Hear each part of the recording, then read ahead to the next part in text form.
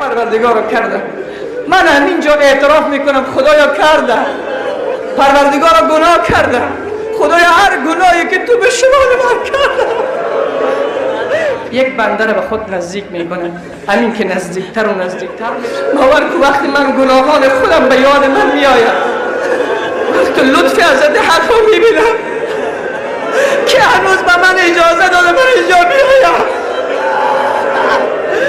فلانی گناه را نکردی، فلانی گناه را نکردی، در فلانی جای پت و پنهان که مردم نبیند گناه نکردی، در حالی که هنوز به من اجازه داده من به این منبر نبی برسم. روز قیامت الله رب العزت و الجلال را یک بنده را به پیش خود نزدیک میکنه. شاید یکی ما باشیم، شاید یکی ما باشیم. خیلی امید داریم که یک از اونا ما باشیم.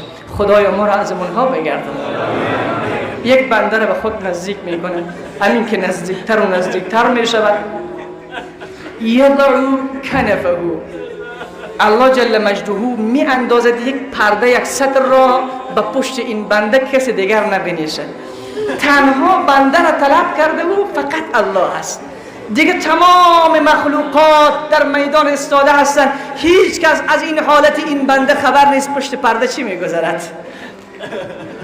وقتی که ایره نزدیک میکنه برش میگه عملت کذا و کذا، بندیم فلانی گناه را نکردی، فلانی گناه را نکردی، در فلانی جای پت و پنهان که مردم نبیند گناه نکردی، در حالی که من میدیدم.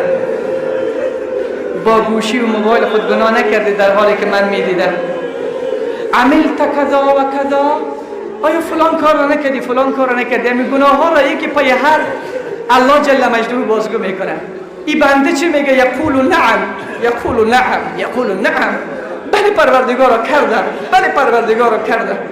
من همینجا اعتراف میکنم خدایا کردم، پروردگارا گناه کردم، خدایا هر گناهی که تو به شما من کردم.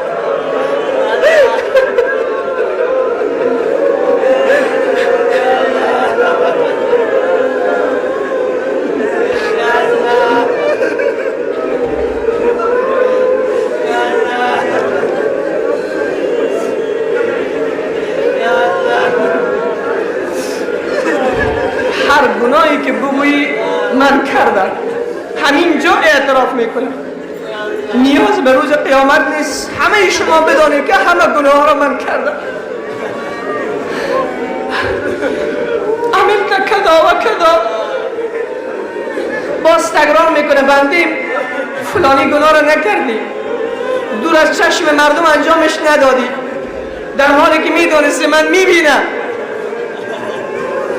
یقول یا رب نعم، خدایا کردم، کردم.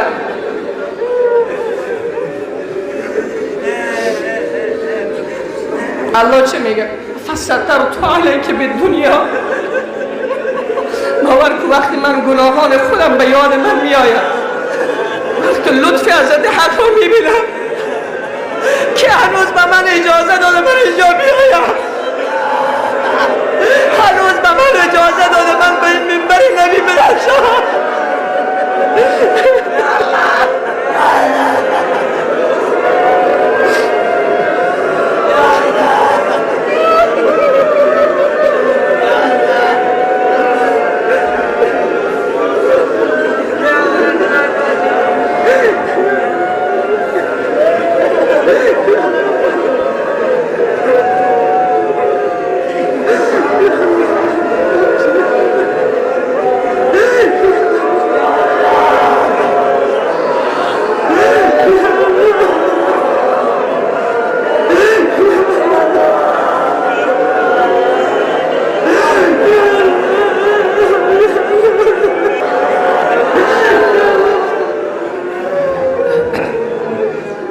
کسایی که در این مجلس هستن، از خودم گرفته همه کسایی که اینجا هستن،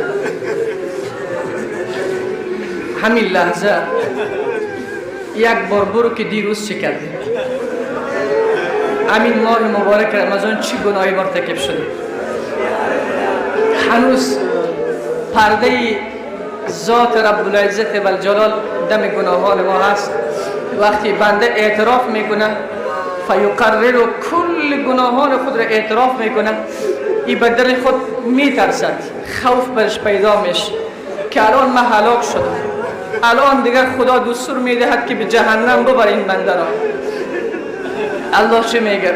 چرا حدیث 600 بخاری من گفته بودم پارسال، حدیث 6000 بخاری فراموش نشود که رسول صلی الله علیه وسلم میگه ان الله جعل الرحمت 100 جزء، خدا رحمت خود را 100 جزء 100 بخش گردانیده و یک جزش در دنیا فرستاده است که پدر به پسر خود مهربانی میکند، مادر به پسر خود مهربانی میکند، حیوان به جوجه خود مهربانی میکند. این به برکت همون یک رحمت الله است.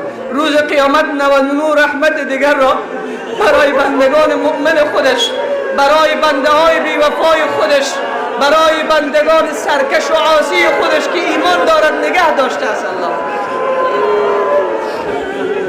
بنده فکر میکنه که من دیگر هلاک شدم، راه نجات نیست. الله چه میگه؟ فسترت علیک بالدنیا، بنده من در دنیا من تو را پوشیدم، در دنیا کردی رسوایت نکردم. گفتم اگر الله رسوا میکرد شاید 2 نفر در این مجلس نمی بود، چون روی خود به یکی دیگر نشان داده نمید. من هیچ وقت شاید اینجا بلند شده نمیتونستم، چرا اگر از حقیقت من شما آگاه شوین، از گناه های من شما آگاه شوین، باز من دیگر نمیتونم صورت خود به شما نشان بدم، ولی او جانان میبیند ما را. فسترت علیک بالدنیا،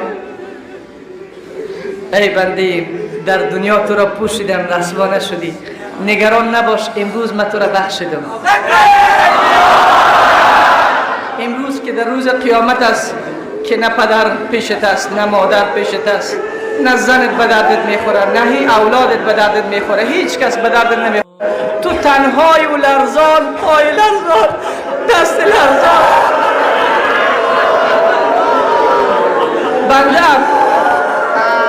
امروز فقط امید تو منم. ای بنده قسمی که در دنیا رسوایت نکردم، امروز تو را بخشیدم، برو به جنت.